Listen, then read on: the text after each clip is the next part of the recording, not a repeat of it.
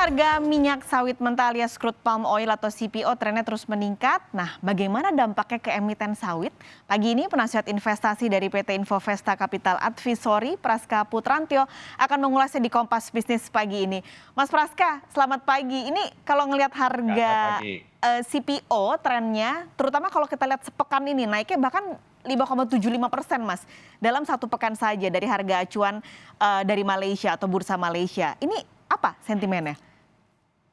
Ya, baik. Ya, peningkatan dari harga komoditas CPO di pasar komoditas internasional memang dipicu oleh peningkatan permintaan sendiri ya di tengah memang dari aktivitas yang sudah dilonggarkan ya sejak pandemi ini sedikit teratasi dengan vaksinasi sehingga industri mulai berjalan yang terrefleksi pada meningkatnya angka indeks manufaktur maupun sektor jasa ini juga mendorong juga berarti peningkatan terhadap permintaan dari sisi industri, terutama untuk barang konsumsi seperti itu. Hmm. Nah, kedua adalah di samping itu permasalahan mengenai supply juga. Kalau kita di sini kan memasuki musim hujan ya saat itu di akhir tahun dan juga ini masih awal tahun membuat produksi sedikit mengalami tantangan ya. Nah, ini membuat juga di saat permintaan relatif stabil dan bahkan cenderung meningkat ya karena ekonomi mencoba kembali bangkit ya, tetap melanjutkan pemulihan di 2022 ini membuat ya harga komoditas tidak hanya CPO sebenarnya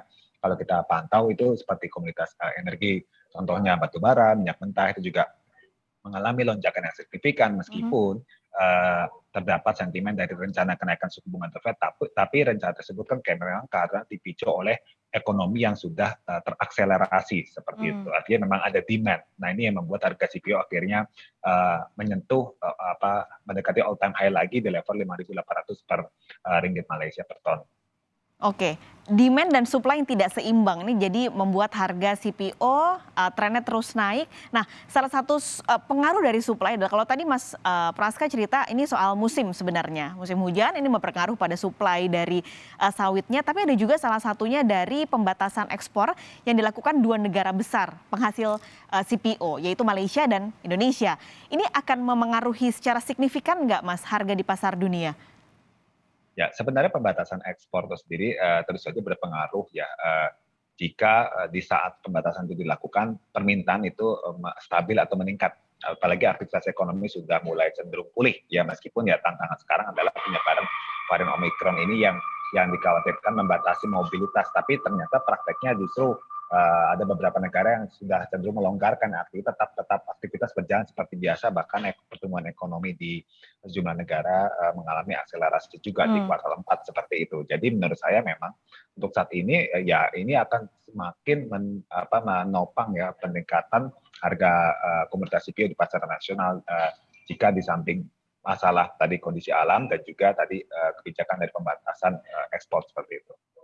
Ini berarti jadi indikatorkah harga sawit trennya masih dalam mungkin 1 tahun terakhir ini akan atau 1 tahun ke depan akan terus melesat, Mas Praska? Mengingat negara-negara tadi kan sepertinya sudah tidak seketat ketika COVID di awal-awal munculnya gitu. Ya, menurut saya untuk lonjakan ini ya tidak terjadi sepanjang tahun ya, karena menurut saya di sini memang pastinya akan memasuki musim panen juga ya. Jadi Mmm. di saat nanti musim panen setelah di kuartal 1 ini, menurut saya harga kelapa sawit, maksud saya harga CPO di pasar internasional akan cenderung relatif melandai seperti itu. Apalagi kalau kita lihat kan di saat supply sudah mulai relatif normal ya, ini yang menurut saya juga akan membuat lonjakan harga CPO itu tidak tidak terlihat seperti saat ini yang naiknya cukup drastis sepanjang bulan Januari di 2022 ini. Oke, kira-kira ada proyeksi nggak, Mas Praska, ini titik akan selesainya berhentinya harganya stabil tuh di kisaran berapa untuk harga CPO ini? Menurut gambaran saya memang harga CPO saat ini cenderung mencetak rekor tertinggi baru terus ya. Mhm. Ini seperti harga batu bara seperti itu. Jadi kalau saya sih melihatnya selama memang masalah pembatasan dan juga demand masih tetap tinggi, saya perkirakan di sepanjang kuartal 1 ini masih memungkinkan untuk bisa lebih dari 5.800 ringgit Malaysia per ton untuk harga CPO. Hanya saja tadi setelah musim panen yaitu yang menurut saya di saat supply meningkat pasti harga akan mengalami koreksi yang bisa dikatakan cukup menyesuaikan lah dengan kondisi di lapangan pada saat antara demand dan supply tersebut sudah relatif normal.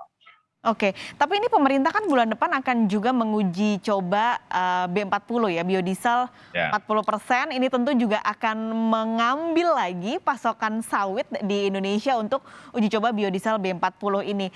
Akankah menggerus pasokan global secara signifikan, Mas Praska? Ya, secara kebutuhan tentu saja akan lebih dominan ya digunakan untuk kebutuhan biodiesel tersebut B40 program pemerintah. Namun ya kalau saya lihat di sini hal itu tentu saja tidak terlalu berpengaruh signifikan jika suplai sudah kembali normal ya. Seperti Hmm. program seperti ini kan sudah dicanangkan pemerintah di beberapa tahun sebelumnya. Namun secara katalis kan tidak terlalu mendongkrak harga CPO kalau kita lihat dari berkaca 2-3 tahun yang lalu seperti itu.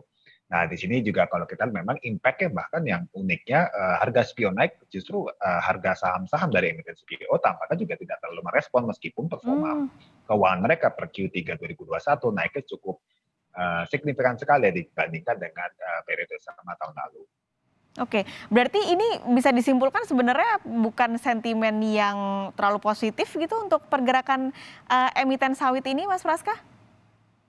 Ya, kalau saya melihatnya di sini relatif netral ya pandangan saya terhadap emiten CPO. Contoh kita lihat AALI ya, Astra Lestari atau London Sumatera. Di sini pergerakan harga saham relatif cenderung sideways dan juga diikuti oleh sejumlah emiten sawit lainnya ya.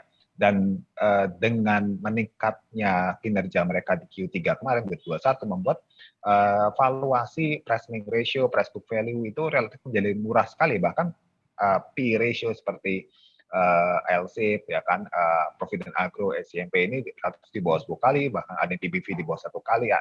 Hmm. Tapi tetap harga sahamnya tidak mengalami apresiasi yang luar biasa. Nah ini yang Oke. kalau saya menurut pendapat saya dikarenakan antisipasi investor terhadap impact dari kebijakan DMO ini kan 20% untuk dalam negeri ya dari Mhm. total ekspor yang diperkirakan. Apakah nanti dengan kebijakan tersebut itu bisa berdampak pada kinerja dari emiten itu sendiri karena Hmm. harganya kan untuk DMO sendiri tidak bisa mengikuti pasar internasional yang bisa mengambang ya dan harganya bisa relatif bersaing seperti itu. Oke, jadi lebih baik beli sekarang atau tunda dulu, Mas Praska?